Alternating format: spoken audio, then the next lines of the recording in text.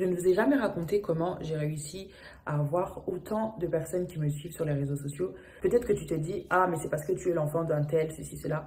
Pas exactement. Me concernant, il faut savoir une chose, c'est que tout ce que j'ai, c'est Dieu qui me le donne. Je vais te raconter aujourd'hui comment déjà j'ai commencé sur les réseaux sociaux et surtout comment j'ai fait pour avoir autant de personnes qui me suivent sur Internet.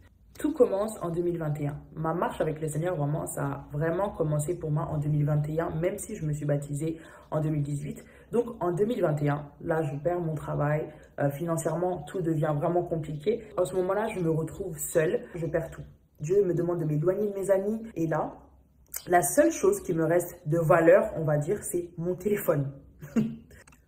Un jour, ma mère spirituelle me prend dans son bureau. On commence à parler et à un moment, elle me dit, Taliana, tu donneras des conseils aux gens et les gens écouteront tes conseils. À l'époque, j'ai les réseaux sociaux, mais je ne parle pas, je ne poste rien, à part mes photos, je ne poste rien du tout. La seule chose qui m'intéressait à l'époque, c'était vraiment la photographie. Et encore, je découvrais Dieu, voilà. J'allais juste à l'église, mais j'avais pas de relation profonde. La seule chose qui m'intéressait à l'époque, c'était vraiment la photographie.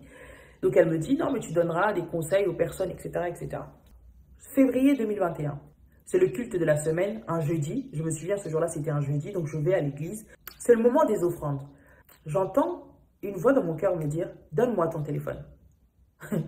Je regarde à gauche, je regarde à droite, je me dis, J'avais de l'argent dans mon sac, mais j'avais décidé ce jour-là que je ne vais pas donner d'offrande. Donc je me dis, c'est quoi cette histoire? La voix répète, donne-moi ton téléphone. Et je me souviens que mon pasteur était assis à la place des serviteurs, donc en face de moi. Donc je la regarde, je me dis, c'est peut-être ses pensées qu'elle essaie de me communiquer. C'est quoi cette histoire? Donne-moi ton téléphone. Je ne me lève pas. Donc je ne donne ni mon argent, ni mon téléphone. Je ne donne rien ce jour-là. 2 semaines plus tard, c'est la présentation d'un couple qui vient de se fiancer à l'église. Donc toute l'église quitte Paris. On va dans une autre ville pour la présentation. Encore une fois, c'est le moment des offrandes. Avant même qu'on se lève tous pour aller donner nos offrandes, etc., je suis assise entre 2 sœurs. J'entends la voix du Seigneur me dire, Taliana, donne-moi ton téléphone. Là, ça faisait déjà 2 semaines que je luttais pour donner mon téléphone. J'étais assise, il me disait, donne-moi ton téléphone. Et je me mets à pleurer. Et c'est là que le moment des offrandes commence. Donc tout le monde se lève pour aller donner les offrandes. Et moi, je reste là, je suis assise, je pleure. Et je suis sûre que les deux sœurs qui étaient à côté de moi, elles se disent, mais c'est le moment des offrandes, le culte est déjà fini, pourquoi toi tu pleures? Moi, je pleure à cause de ce que Dieu m'a demandé. Le servant de Dieu se lève, prend le micro, elle commence à parler, elle dit, elle donne la parabole que Jésus avait donnée dans la Bible de la femme, de la vieille dame qui avait donné les 2 pièces qu'elle avait. Et elle dit, voilà, cette dame, ce qu'elle avait donné, c'était la seule chose qui lui restait de valeur. Moi, à l'époque, c'était mon téléphone. Donc la dame, la servante de Dieu dit que voilà, donne même si ça te fait mal, donne même si voilà, même si c'est la seule chose qu'il te reste, donne. Et je me mets encore plus à pleurer. Je me dis, mais Dieu, qu'est-ce que tu es en train de me faire? Il me reste que mon portable, tu m'as déjà tout pris, mais qu'est-ce que tu es en train de me faire, Seigneur? Je ne me suis pas levée pour aller donner mon téléphone devant tout le monde parce que je me suis dit, mais la honte, dans le panier, tout le monde met de l'argent, moi je vais mettre mon téléphone dans le panier, la honte. Toute l'église redescend à Paris et donc c'était la semaine, moi j'en parle à ma mère spirituelle, elle me dit, Taliana, si c'est le Seigneur qui te dit de le faire, fais-le. Le dimanche arrive, je prends mon portable, je le mets dans une grande enveloppe, je mets mon portable dedans, je mets mon chargeur et le moment des offrandes donc arrive, le moment de mettre mon téléphone dans le panier, je m'approche et mon cœur se brise. Je me mets à pleurer devant tout le monde. Et ma mère, elle demande à une sœur de l'église de me prendre une maman de l'église de me prendre dans ses bras. Donc la maman me prend dans ses bras. Elle dit devant tout le monde que voilà, Dieu a vu le sacrifice que tu as fait. Dieu a agréé ton sacrifice. Et je me souviens que je devais monter pour une retraite avec elle. Donc on remonte dans la ville où on était tous les deux. On remonte tous les deux là-bas. Et je me souviens que voilà, j'ai donné mon portable et tout. En fait, je me sentais vide. Là, je n'avais vraiment plus rien. Là, j'étais moi et moi, ma Bible. Je n'avais absolument plus rien. On va dormir. Le lendemain matin, je me réveille sans mon téléphone. Sans mon téléphone, donc je ne vais pas sur les réseaux sociaux. J'ai rien. Je me lève et je me souviens qu'il y avait la télé. Donc, je vais m'asseoir devant la télé. Mon pasteur n'était pas encore réveillé. Donc, elle descend. Pendant qu'elle descend les escaliers, je la vois avec mon portable dans les mains. Je me dis, mais oh là là, moi j'ai donné mon téléphone en offrande, toi tu prends mon téléphone, tu te promènes avec ça, donc tu veux me faire mal quoi. C'est ce que je me suis dit dans mon cœur. Elle descend les escaliers avec mon portable dans les mains et je la vois avec un sourire. Elle me dit, bonjour Taliana. Je dis bonjour. Elle vient vers moi, je vois qu'elle s'approche de moi avec mon portable. Et elle me donne mon portable, elle me dit, tiens ton téléphone. Je dis, mais maman, le Seigneur m'a demandé de le donner, pourquoi tu me le rends?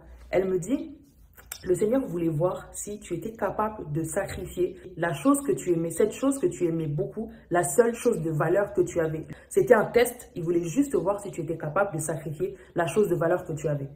Elle me rend mon téléphone et moi je me dis, peut-être qu'elle a eu pitié de moi, c'est pour ça qu'elle me rend mon téléphone. Elle répète, non, c'était un test. Le Seigneur voulait voir si tu étais vraiment prête à sacrifier cette chose que tu aimais tant. Moi je prends mon portable et donc je prends mon portable, etc. Quelques mois plus tard, lors d'un culte, c'était presque la fin du culte, donc c'était le moment où maman, c'est une prophétesse, donc elle monte sur la chaire, elle appelle les gens pour prier pour eux, elle prophétise sur eux. Et mon tour arrive, elle m'appelle, je me lève, donc j'y vais, elle commence à prier pour moi, elle me dit, Taliana, je vois beaucoup de personnes te suivre. Moi, dans ma tête, je me dis, ces personnes, elles vont me suivre où?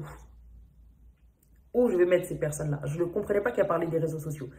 Et donc, elle me dit, je vois beaucoup de personnes te suivre, etc. Je me dis, ah, ok, bon.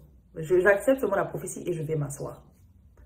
La même année, en août, là c'était en 2022 qu'elle a donné cette prophétie, donc la même année, un jour, je me promène sur TikTok, il m'arrive quelque chose, et le Seigneur me dit, prends ton téléphone, parle de ça.